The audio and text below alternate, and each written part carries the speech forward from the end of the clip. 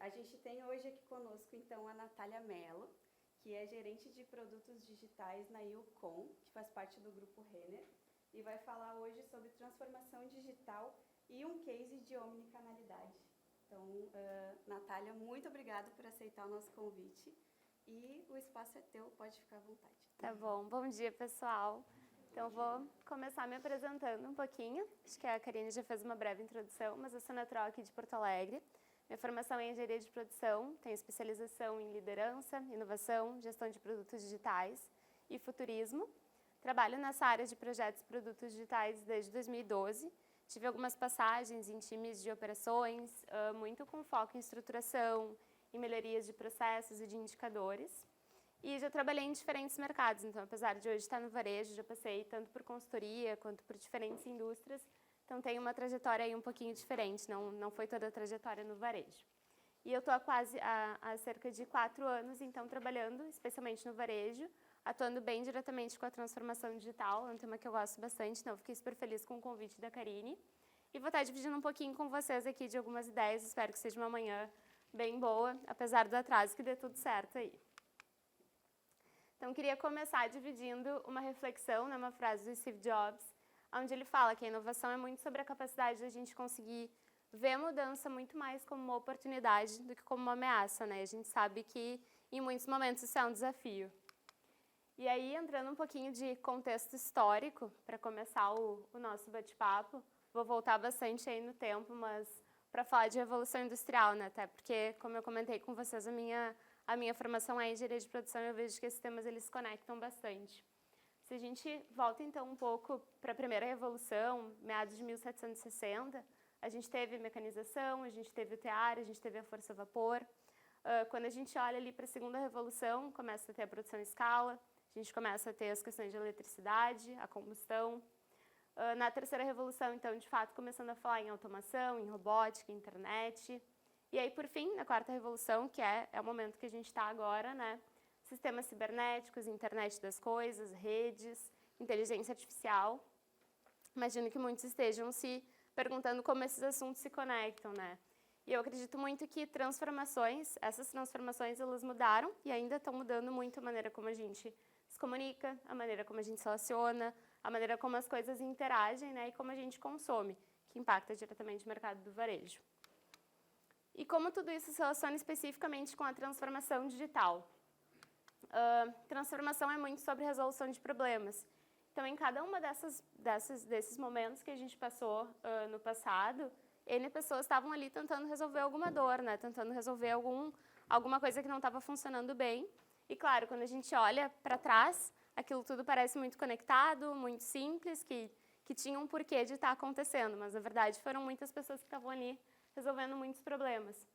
E, na minha percepção, o grande ponto de partida que tem em comum nesses diferentes momentos da história é um mindset em comum, onde ele é o ponto de partida.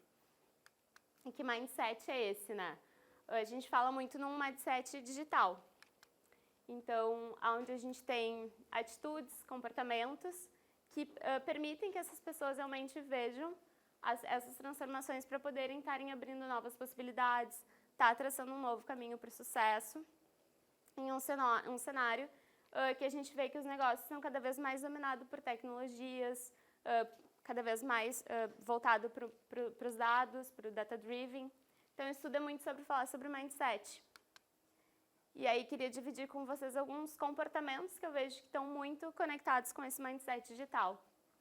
Então, agilidade, gerenciamento de informações, pensamento crítico, resolução de problemas, proatividade, um pensamento analítico, um conhecimento básico de tecnologia, muita abertura, ter aptidão para lidar com a falha, né, lidar com o erro. Acontece, acho que hoje aqui de manhã a gente teve uma situação aí para estar vivendo assim, trabalhar em colaboração, foco no cliente. Enfim, N comportamentos aí que permeiam muito esse mindset digital.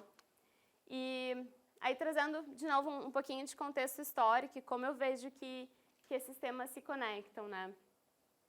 A cultura ágil, ela começou com o Manifesto Ágil, 2001, por 17 profissionais de tecnologia.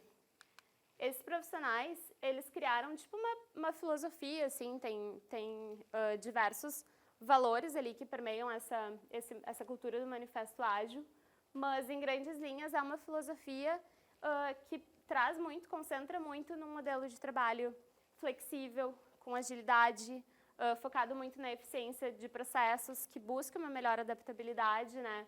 E que, especialmente para toda essa velocidade que a gente tem vivido, né? A gente está num mundo que tem exigido que as empresas tenham muita agilidade a essa adaptação, a todas essas mudanças que estão acontecendo. Então, como eu comentei, né? Surgiu como uma necessidade de trabalhar de forma bem mais eficiente e que conseguisse nos ajudar nessa transformação digital, então, que a gente tem vivido. Beleza, mas e aí, qual é a diferença entre esse mindset tradicional e entre esse mindset ágil, né? Quais são as diferenças que acontecem nesses dois modelos de pensamento? Quando a gente olha para um mindset tradicional, a gente tem uma tendência a estar com uma comunicação pouco voltada para o cliente. Então, muito mais olhando o que se espera, assim, um projeto como um ponto final de partida. Como um ponto final. E quando a gente olha para o mindset ágil, o foco ele já fica bem mais em estar entendendo esse cliente, em estar realmente gerando valor para o cliente é o centro, né? No mindset tradicional, a gente já vê bem mais um time grande, um processo rígido, as coisas mais demoradas, então uma visão de um longo prazo, entregas muito distantes, o que acabam engessando. E aí, de novo, voltando, né? A gente vê que as transformações elas estão constantes, as coisas estão mudando o tempo todo. Como que a gente vai hoje definir uma implementação de algo para daqui a 4, 5 anos, para daqui a 2 anos? Então, a mudança ela é muito constante. E o mindset ágil ele já traz bem mais um olhar para times menores, mais flexíveis, que sejam cada vez mais multidisciplinares. Opa! Peraí que deu spoiler. Ixi.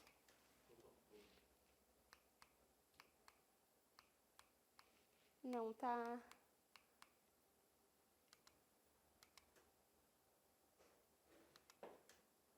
Tá. Agora sim. Ainda voltando ali para a comparação entre o mindset tradicional e o mindset ágil. No tradicional, a gente vê um trabalho bem mais voltado para silos, enquanto que no mindset ágil, a gente já vê bem mais um trabalho voltado para rede, para colaboração, que eu sei que é um modelo de trabalho que vocês têm já bem forte aqui, né? A gente vê até pela própria parede, por como as coisas acontecem. Então, essas são as principais diferenças, assim, tentando trazer um grande resumo de mindset tradicional e mindset ágil. Apesar do spoiler, né? Quis trazer aqui com vocês, para vocês uma frase que ela é bem conhecida, do Peter Drucker, sobre o fato da cultura como é estratégia no café da manhã. Então, assim, apesar de... Vejo que vocês já estão num ambiente muito voltado à inovação, para um ambiente muito voltado à colaboração. Então, passei rapidinho aqui por alguns conceitos que eu acredito bastante, mas a principal reflexão que eu queria trazer é do quanto o mindset ele é ponto de partida. Às vezes ele pode parecer óbvio, mas ele acaba sendo muito a parte estruturante para a gente começar a falar em transformação digital.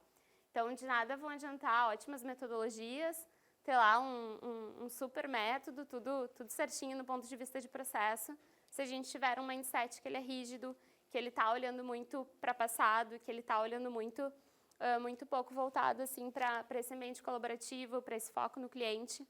Então, realmente, acredito que o ponto de partida é o mindset, quando a gente fala de transformação digital.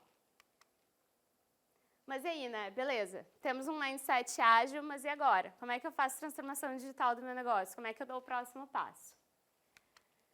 Então, assim, o ponto mais importante quando a gente fala da parte do processo, da estrutura, é conseguir entender que o desafio ele vai sempre ser de cada mercado. O desafio ele não é o mesmo para todas as empresas, para todos os mercados. Está cada um num momento, né? Está cada um numa situação. Então, a importância da gente conseguir tanto entender o cliente, quanto entender esse contexto de mercado que está inserido. Então, se a gente for falar do que é transformação digital para uma empresa que está inserida num contexto de indústria, vai ser um desafio. Se a gente for falar de transformação digital para uma pequena empresa, um pequeno comerciante, é outro contexto. Se a gente for pensar na transformação digital para uma grande empresa do varejo, vai ser outro contexto também. Então, a importância da gente estar muito olhando para esse contexto, para esse cenário como um todo, e não pensando em enxergar uma fórmula certa para todos, né? E eu acredito que, para isso, tem 3 pilares que são bem importantes.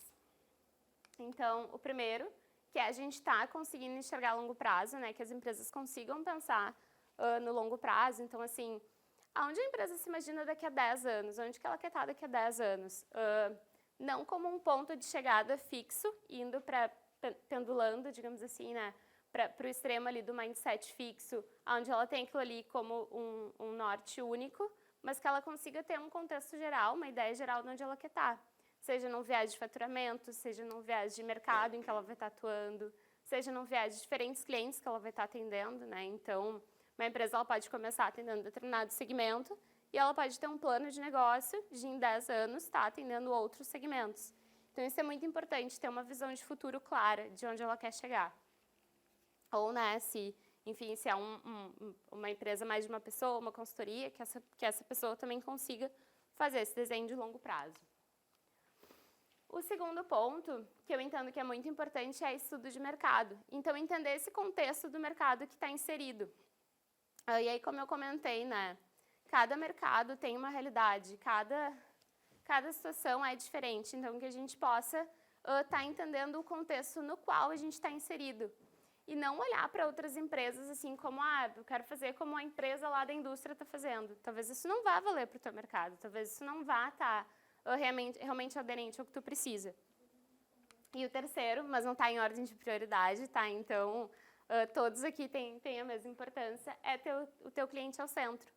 Então, às vezes, a gente ainda percebe, dentro do contexto de mundo que a gente vive, as empresas querendo fazer muito mais um movimento de dentro para fora.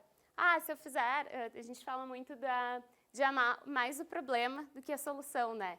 E como é difícil isso, às vezes no dia a dia a gente vai, tem uma ideia e pensa, nossa, essa é a ideia, essa é a solução, vai resolver todos os meus problemas.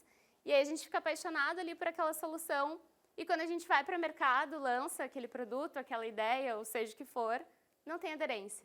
Então a importância de a gente ter o cliente no centro e constantemente estar entendendo o que esse cliente quer, para que a gente consiga, de fato, ser assertivos na solução. Então, por isso a brincadeira de amar mais o problema do que a solução, né? Para realmente entender qual é a necessidade. E aí, sim, chegar na solução ideal para esse contexto. E aí, assim, com base nesses 3 pilares, quero dividir um pouco com vocês hoje algumas metodologias que eu acredito que apoiam nesse processo todo, né? Ele é um processo longo de transformação. A transformação digital, ela é um processo longo, ela é constante, e ela não tem fim. Então, a gente não vai ter um ponto de chegada, né? Onde eu digo, não, hoje terminou a transformação digital, acabou esse negócio. Não, ela é constante. Então, como que a gente lida com essa constância, trimestre após trimestre, ano após ano? Como que a gente faz para ir conectando tudo isso e não perdendo isso de vista, né? E aí, até para dividir, assim, vou dividir, para compartilhar o conceito. A ideia é que essas metodologias apoiem para aqueles 3 pilares que eu mencionei anteriormente. Espera aí que de novo deu. Ixi. Tem, né? Tá.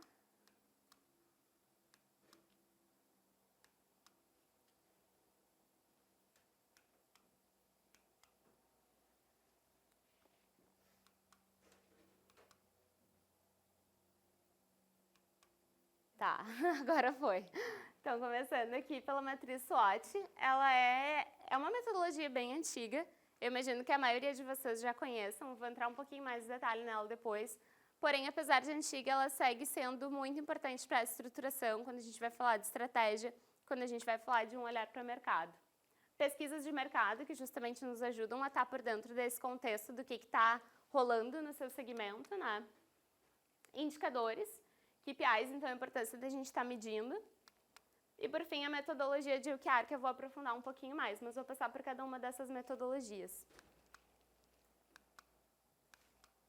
Então, começando pela matriz SWOT, e como eu comentei, apesar de ser uma metodologia que ela já tem muitos anos, ela ainda segue sendo um importante instrumento para as empresas, porque é um momento que tu consegue realmente consolidar qual é o teu cenário. Então, tanto do ponto de vista de olhar interno, quanto do ponto de vista de olhar externo, né, de olhar para o teu ambiente. E eu acho que isso é muito importante também. Às vezes eu percebo que, ao falar em transformação digital, existe uma certa expectativa de uma metodologia que ela seja muito nova, muito lançada, sei lá, ontem, mês passado, ano passado, e muito mais do que sobre a metodologia, sobre como tu aplica ela, né, o olhar que tu vai trazer para ela. Então, nenhuma das metodologias que eu estou trazendo aqui, que são metodologias super indicadas para a gente tá utilizando, são metodologias novas, mas é muito sobre qual é o olhar que tu vai trazer para elas, né? Então, assim, falando de interno, é muito tu olhar as tuas forças e as tuas fraquezas. E é difícil, né? Quando a gente fala de forças, às vezes é mais fácil pensar ali os pontos positivos, mas também lidar com a serenidade de entender que a empresa ela vai ter N fraquezas e N pontos para estar melhorando e incrementando. E é aqui entra o externo, né? Que se conecta muito com o que eu falei anteriormente, da importância de a gente estar olhando para o mercado, para o segmento, para o que está acontecendo naquele contexto. Então, quais são as oportunidades que a gente vê no mercado?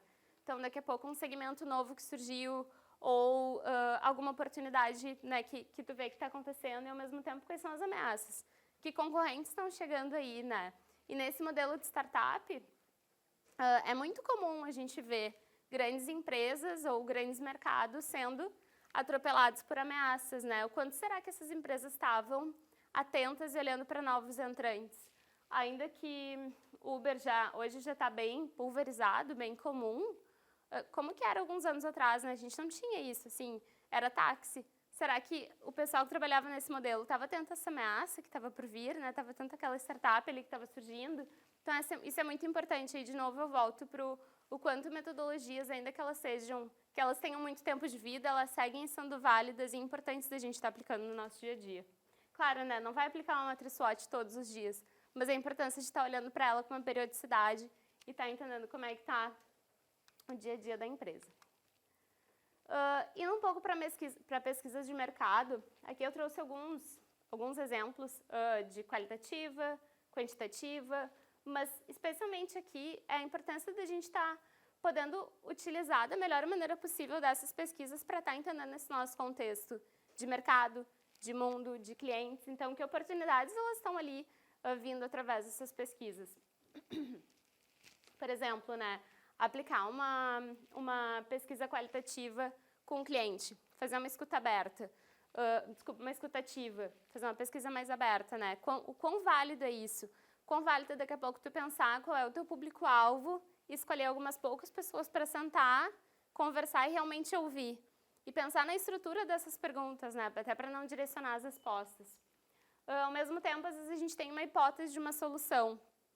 O quanto é válido rodar uma pesquisa quantitativa para validar essa hipótese com os seus clientes, validar se aquele conceito realmente se aplica antes de lançar uma nova funcionalidade, uma nova solução, o quanto daqui a pouco tu fazer uma pesquisa e tentar entender o quanto isso seria aderente, pode te antecipar várias etapas, assim, vários passos.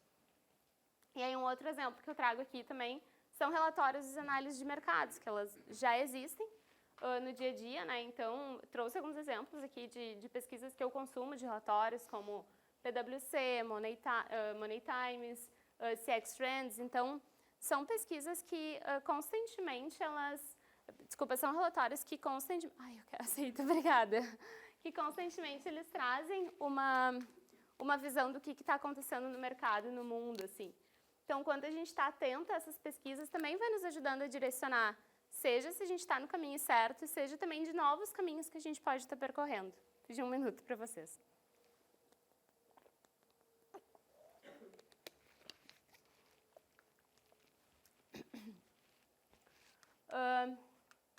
Seguindo, então, aí também KPIs, né? O quanto KPIs é um assunto batido, talvez bobo, mas o quanto ele segue sendo estrutural. E assim como quando a gente falou ali do mindset, eu vejo que os KPIs, eles compõem muito essa parte do colchão. Tem uma frase que diz, não sei se vocês já ouviram, mas o que não é medido não é gerido, né? Então, se a gente não tem uma medição, se a gente não acompanha, como que a gente está fazendo a gestão da nossa empresa? Então, a importância da gente ter esses dados controlados, assim, salvos, acompanhados e entendendo como é que as coisas estão se movimentando ao longo do tempo. que trouxe alguns exemplos, venda, margem, para empresas que trabalham com entrega de produtos, o tempo de entrega desse produto e o quanto, como essas coisas vão se relacionando, né? Então, a gente entender, quando a gente olha para uma pesquisa de mercado, que traz uma referência de, por exemplo, um bom lead time de entrega para o cliente, um bom prazo de entrega para esse cliente, como que a minha empresa está? Ela está à frente, ela está atrás, ou ela está dentro desse comportamento que está acontecendo no mercado, né? Então, é muito importante ter esses indicadores claros, entender quais são os indicadores que são chave para a empresa e realmente ter um acompanhamento periódico, muitos deles serem acompanhados de forma diária, inclusive, assim. E aí, a última metodologia que eu queria dividir com vocês é a metodologia de OKR. Não sei se todo mundo já conhece, já ouviu falar. Sim, não, tem um pouquinho de cada.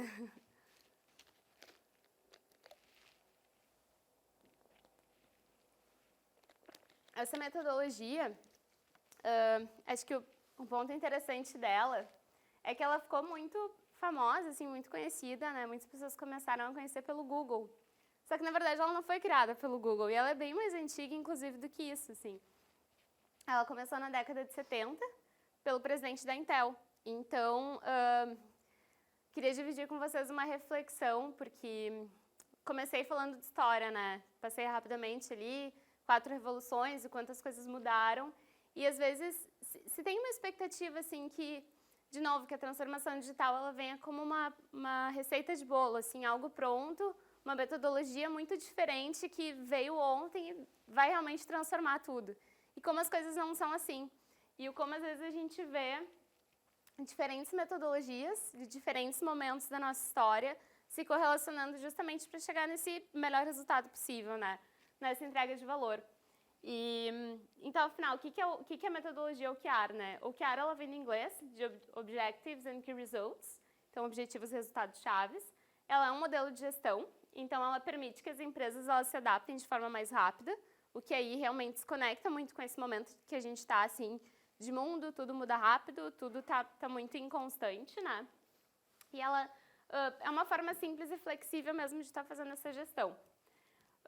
E o grande benefício dela é justamente a clareza. Eu trouxe aqui um esqueminha para ajudar um pouco a tangibilizar um pouco o que são esses OKRs, né? Como que ela funciona.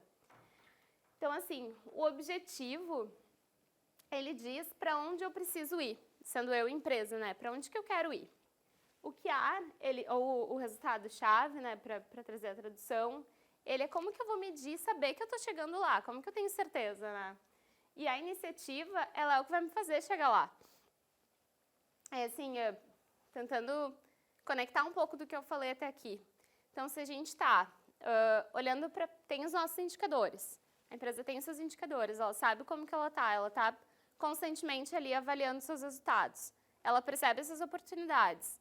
Ela está atenta ao mercado também. O que está rolando no mercado? O que está acontecendo? Tá, beleza. Para onde eu quero ir? Aonde que eu quero chegar no meu longo prazo? Tá, daí eu vou ter os meus objetivos. Tá, e como é que eu sei que eu cheguei lá? Muitas vezes as empresas vão pegar um KPI que está ruim e vão dizer, eu preciso melhorar esse KPI aqui, isso aqui não está legal, sei lá, minha margem não está boa, ou a venda não está legal. Tá, então eu quero realmente alavancar a venda. Tá, mas quanto que seria uma boa venda? Seria sair de tanto para tanto. Aí tu vem pro OKR. Como que eu vou fazer isso? Eu vou abrir uma nova linha, eu vou, não sei, vou estar lançando um novo produto, ou eu vou entrar num mercado diferente com esse meu mesmo produto. Tá, será que aquele mercado ele tem aderência? Vai dar certo esse caminho? E aí a gente vai explorando cada vez mais as pesquisas para conseguir estar aderente a tudo isso. Gente, eu falo bem rápido. Tá fazendo sentido até aqui? Como é que tá? Tudo certo? Tá. Porque agora eu quero dividir com vocês um case.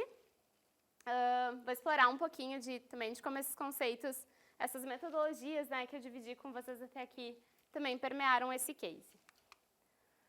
Começando por um pouquinho de contexto de mercado, nomenclatura, eu não sei o quanto todo mundo conhece essa nomenclatura de omnicanalidade, o quanto estão familiarizados, o quanto não faz sentido nenhum. Me deem um feedback aí, quem está no ao vivo. Quem conhece, mais ou menos? Nunca ouvi? Beleza. Então, assim, vou eu de novo voltar para o passado, tá? Mas eu juro que vai fazer sentido. Loja física é o que todo mundo já foi, né? Todo mundo com certeza já foi em alguma. Existe desde sempre, na rua, no shopping, em centros comerciais. Há milhões de anos na história a gente já vê falar da loja física. A loja online, no Brasil, começou nos anos 2000. Estados Unidos, anos 90, ali, 1990 e pouco, já era algo bem usual. E aí, a omnicanalidade é quando essas duas coisas elas se misturam. Então, começa a ter um comportamento de consumo totalmente diferente. Tem clientes que vão, por exemplo, comprar no site e receber o produto na sua casa. Esse produto vai ter saído da loja, o que te dá um ganho de eficiência muito grande, né? Vai ter cliente que vai comprar no site, vai escolher retirar esse produto na loja. Não sei quantos de vocês já tiveram essa experiência, que facilita, né, às vezes, pro dia a dia.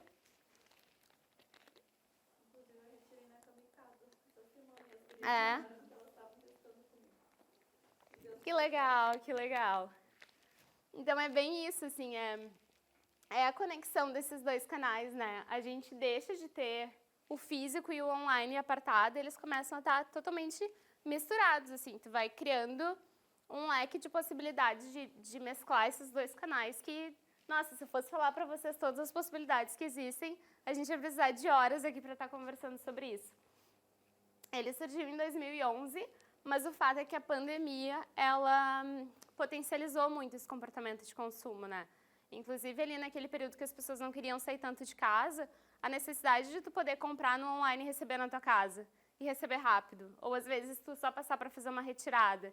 Então, esse é o conceito do omnicanal. E aí, queria dividir com vocês uma pesquisa de mercado, que ela foi feita por essa empresa aqui, se chama Alim. Então, é um material que está disponível na internet, tá? Não, nada confidencial, nada específico, é realmente uma pesquisa, então é algo que eu pude consumir de forma gratuita e aberta, onde ele mostra o comportamento de consumo. Então, aqui ele traz, né, 60% dos clientes dessa pesquisa, ora compram online, ora compram em loja física, e isso fomenta muito esse comportamento de consumo que eu dividi com vocês da omnicanalidade. 24% compra só na loja física, 6% não estava comprando nesse período, aí estava restrito, e 10% comprava exclusivamente no online. Acho que vale dividir. Essa pesquisa ela não é desse ano, então acredito até que esses números possam ter mudado mais um pouco. Acredito fortemente que a compra online teria aumentado ainda mais se a gente buscasse atualizar aí os dados dessa pesquisa, mas fazendo o link com o que eu estava comentando antes, o quanto essas pesquisas elas nos ajudam a entender o contexto do nosso mercado, né? O que está acontecendo. E com certeza, se a gente quisesse usar essa pesquisa para um outro mercado que não o do varejo, como era o caso dessa pesquisa, talvez ela não fosse ter valia nenhuma, né? Se a gente fosse perguntar sobre o contexto de obra, sei lá, sobre o mercado civil, será que ela ia estar valendo? Possivelmente não, possivelmente os números seriam completamente diferentes. Dessa pesquisa, eles também trouxeram para os clientes algumas perguntas da importância que eles viam de certos temas. Nesse caso específico aqui, eu trouxe só uma para dividir com vocês, que é o quanto as pessoas gostariam de comprar na loja, mas receber o produto na sua casa. Ou seja, ao invés de ela estar comprando e já saindo com o produto, ela faz a compra, ela paga e depois esse produto chega na casa dela. E aí o interessante aqui dessa pesquisa é que 45% dos respondentes falaram que seria muito importante e 25% trouxeram como importante, ou seja, teriam interesse nessa compra, né? A gente fecha com 70% dos respondentes interessados nesse modelo de compra, venda, enfim. Espera aí que de novo aqui. Bom, como que isso tudo se conecta com a visão do varejo? A gente vê que cada mercado ele tem um desafio e a importância da gente estar atento ao segmento específico que a nossa empresa está inserida. No contexto do varejo, o que a gente percebe? Essa omnicanalidade ela é esperada pelos clientes. Então, não é um diferencial tu conseguir ofertar esse retira, busca, recebe em casa, essa mescla entre os dois canais. E segundo a pesquisa que eu mostrei ali para vocês, 70% dos entrevistados tinham esse interesse de estar comprando na loja e recebendo na sua casa. Desculpa, pessoal. Aproveito para fazer uma pergunta aqui. O multicanal ele é um pouco diferente, né, desse omnicanalidade, porque o multicanal, às vezes não, ele não se conversa com os demais canais, né, muitas das vezes. Então, essa questão de eu poder ir na loja e olhar no site e esses canais se conversarem, isso não acontece muito no multi, né? Que deixa um pouco frustrado as pessoas às vezes. Né? O multicanal, na minha percepção, tá? Não sei assim num conceito mais formal, digamos assim. Mas na minha percepção, o multicanal ele vai ser muito sobre os seus pontos de contato com o teu cliente. Então, assim, acho que volta um pouco pro mercado, né? Se o teu mercado espera uma experiência de compra mais fluida, se ele está acostumado com essa oferta, a tendência é que ele se frustre se ele tiver uma experiência num canal, outra experiência no outro canal. Se ele quiser comprar num canal, mas receber em outro, ele sabe se não tiver essa conexão por trás. Na minha percepção, o multicanal seria muito sobre os pontos de contato. E a omnicanalidade, quando tu consegue conectar esses teus diferentes pontos de contato. Não sei se faz sentido para ti. E é um desafio, né? Não, é porque às vezes as empresas, elas têm um multicanal e elas acham que isso já é uma... Omnicanal. Isso. Eu lembrei de um exemplo de Magazine Luiza, por exemplo. Eu já me frustrei assim, mas no site é muito mais barato. Na loja física vocês não conseguem fazer o mesmo preço. Aí o vendedor diz assim, não, é uma outra empresa, na verdade, o físico e o digital. Então não se conversam, né, digamos. A gente entra em mais um conceito aí que é o omniprice, né? Que é quando tu tem o teu preço igual em todos os teus canais. E isso volta muito para a estratégia, né? Então, assim, talvez nesse caso da Magazine Luiza, eles não tenham isso como uma estratégia porque eles estejam olhando para a rentabilidade daquele ponto de venda físico, né? Será que é rentável naquele ponto de venda eles estarem ofertando o mesmo preço da internet? Pensando em todos os custos que tem por trás, sabe? Então, assim, e não é uma regra, né? Não tem regra, não tem fórmula de bolo, mas a importância da empresa estar atenta aos seus indicadores, ao seu mercado, ao que seu cliente espera e o que nesse contexto todo vai fazer sentido para ela. Então, às vezes, pode ter sido uma frustração para ti e ainda assim tá atrelada à estratégia da empresa, sabe? Nem sempre, assim, estar atento ao cliente não quer dizer a gente também fazer de forma cega aquilo ali, né? Tem que estar entendendo a rentabilidade que tem por trás também, assim. E aí volta até na importância dos indicadores, sabe? Gente, não sei se eu fui muito rápido, se alguém tiver mais alguma pergunta também, fiquem super à vontade, assim, eu deixar um espaço no final, mas se alguém quiser trazer mais algum ponto. Só complementando até da própria Renner, que no site a gente tem um valor que a gente consegue cupom, consegue desconto, às vezes, não da Renner, mas de outras empresas, a estratégia é migrar também o tamanho tamanho deles ou no presencial ou no online. Então, a ideia tem muitas empresas que querem fazer essa migração para o online. Sim. Isso às vezes acontece, com certeza. Então, é realmente da empresa estar atenta à estratégia, o que ela quer, o resultado que ela está gerando, o cliente dela espera, né? E a diferença... Se eu quero chegar né, com um foco maior no online, então isso pode ser uma estratégia. Exato. A importância de estar bem atento ao mercado, né? Não tem certo e não tem errado, assim, e não tem uma resposta para todo mundo, sabe, né? A gente usa muito o termo da bala de prata, assim, não vai ter uma bala de prata que vai resolver tudo, só vai ter resultado bom. Então, e pesando tudo isso, né? Que resultado eu quero gerar, onde eu quero chegar, isso está me levando para aquele meu ponto lá ou está me afastando? Então, conseguir ir medindo essas questões é mais importante do que tu ficar focado especificamente naquele tema, naquele assunto, assim, é conseguir olhar para o assunto, mas ao mesmo tempo ter uma visão mais holística do todo, assim. Bom, vou seguir aqui, vocês me interrompam qualquer coisa, no online também, Karine, se alguém quiser fazer alguma pergunta, aí tu vai me avisando.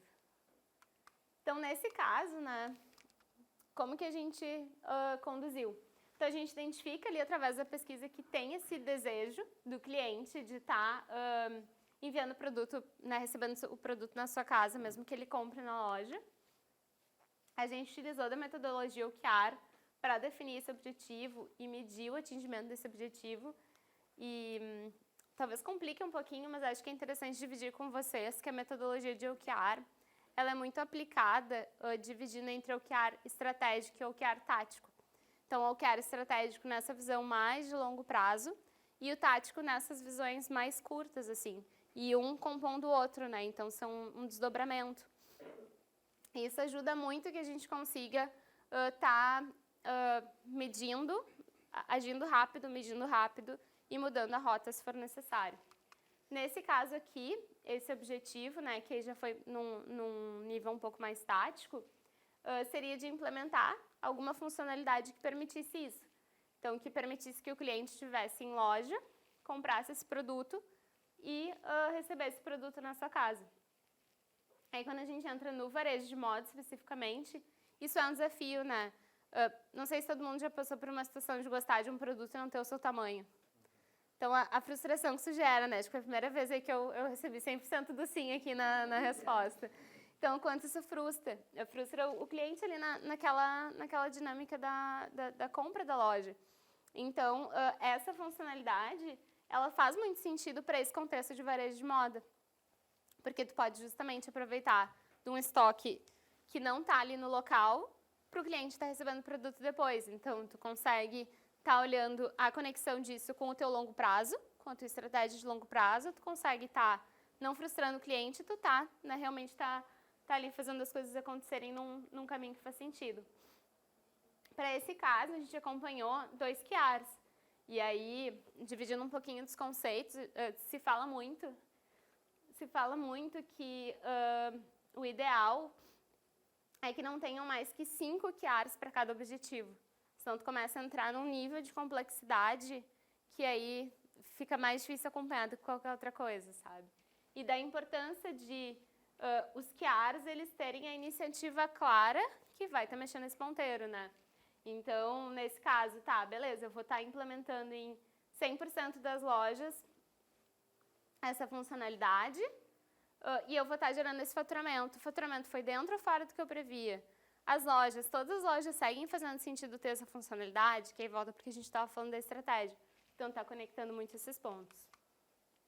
Enfim, aí vale dividir que essa iniciativa, para esse cenário, né, ela realmente foi um passo importante na transformação digital e gerou resultados que estavam realmente atrelados à estratégia. Mas aí volta para o que eu comentei. Não quer dizer que isso aqui vai fazer sentido para todas as empresas, não quer dizer que isso aqui vai fazer sentido para todos os mercados, né? Então, a importância desse contexto. Acho que eu falei um pouquinho rápido, que foi mais rápido do que eu planejava, tá?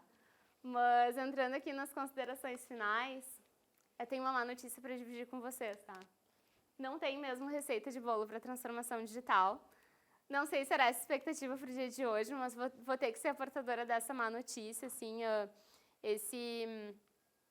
acho que essa expectativa existe em N áreas, né? Tanto quando a gente fala de desenvolvimento pessoal, de trabalho, de carreira, quando a gente fala de mercado, de como a gente está alavancando uma empresa, mas o fato é que essa receita de bolo ela não existe. Mas eu queria dividir com vocês tipo um recap assim, de todos os pontos que eu fui passando e como eu vejo que esses pontos eles se amarram e se conectam para estar ajudando nesse modelo aí da transformação digital. Mas reforçar mais uma vez que a transformação digital ela vai ser única em cada mercado, em cada contexto e para cada empresa. Então, acho que quando a gente fala de troca, de colaboração, ela é muito rica, porque a gente pode estar trocando ideias, pode estar trocando boas práticas, porém, não vai fazer com que o que um faz, o outro faz também tal qual, não quer dizer que isso vai dar certo. Acho que até o exemplo da Magalu ele é legal, né? Porque aqui eu trouxe um exemplo relacionado ao varejo de moda, mas será que pro varejo que não é de moda ele faria sentido? Será que nesse contexto ele faria sentido, né? Beleza, então vamos aos pontos. Como eu comentei, eu acho que a base de tudo e o ponto de partida é uma cultura organizacional orientada a um mindset ágil. Acredito muito nisso, assim, acho que isso fala muito de comportamento, de como as pessoas se relacionam, como elas chegam em bons resultados, em boas ideias juntas. O segundo ter indicadores para medir como está o resultado da sua empresa, e aqui reforço a fala do Falcone, né, que sem medição não há gestão. O Falcone é uma referência na área de gestão, fundador de uma consultoria bastante conhecida aqui no Brasil. Então, eu acho que nessa fala volta muito para o que a gente foi conversando aí ao longo da palestra, né, da importância da gente estar medindo para entender o que faz sentido no número para a nossa empresa. Tenha clareza do que seu cliente necessita, do que seu cliente espera. Então, acho que também tentei trazer muito essa mensagem ao longo da manhã do quanto está entendendo a expectativa do cliente e o que está acontecendo com aquele cliente é importante, porque, de novo, não é o mesmo. Acho que quando a gente fala, usando assim como exemplo o próprio varejo de moda, se a gente pensa em diferentes segmentos de idade, as expectativas são completamente diferentes. Então, já é completamente diferente como uma pessoa que já tem mais idade tem um comportamento de consumo, uma pessoa mais nova vai ter outro comportamento de consumo completamente diferente, então não adianta, o cliente ele tem que estar no centro. Tem que estar atento ao mercado, tem que estar atento ao que está mudando no contexto. Voltando para o início, né, da nossa conversa, assim, o quanto a gente viu N revoluções acontecendo ao longo da história do mundo, do Brasil e do mundo, né, não foi algo só no Brasil, então, assim, o que está mudando nesse contexto? E aqui, acho que vale até dividir o quão legal é, em alguns momentos, até olhar para mercados fora do Brasil. Existem, claro que tem que entender o contexto do mercado, mas existem outros países que muitas vezes estão um pouco à frente. Então, quantas vezes tu vê o que está acontecendo lá fora, pode te ajudar a ter uma ideia legal para o teu negócio também. E, por fim, utilizar dessas metodologias para conseguir, né, aqui especificamente falando do OKR, ter objetivos claros, ter ações específicas e medir constantemente se tu está indo ao encontro, né, no caminho daquilo que tu busca, ou se tu está te afastando. E aí, se tu estiver te afastando, é hora de recalcular a rota. E mais uma frase aí para inspirar vocês, que o maior obstáculo para o sucesso futuro de uma empresa pode ser o sucesso passado. Então, que a gente nunca ache que aquilo que, não, foi sempre assim, vamos seguir sempre assim. Geralmente, se não dá certo, né, é bem importante a gente estar sempre bem atento ao que está acontecendo e sempre se questionando. Acho que é isso, pessoal. Obrigada. Desculpa se eu falei muito rápido. Deixa aqui os meus contatos também. Eu adoro falar desse tema, então fico totalmente à disposição se alguém quiser fazer algum outro bate-papo depois. Se tiverem alguma pergunta também, estou à disposição.